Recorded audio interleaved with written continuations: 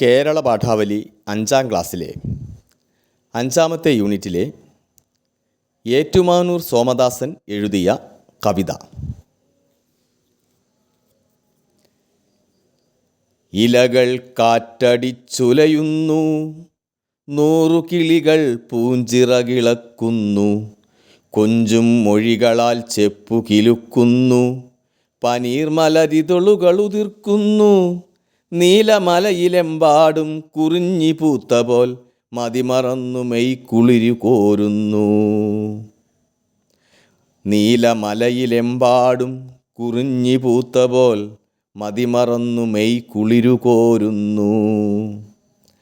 കരളിൻ തേനറ തുളുമ്പിത്തൂവുന്നു, അകം ധരിച്ചു നിന്നുലയും തൈമരം, അടിമുടി മലരണിയുന്നു, മനം നിറഞ്ഞു പെറ്റമ്മ ചിരിക്കും പോലവേ.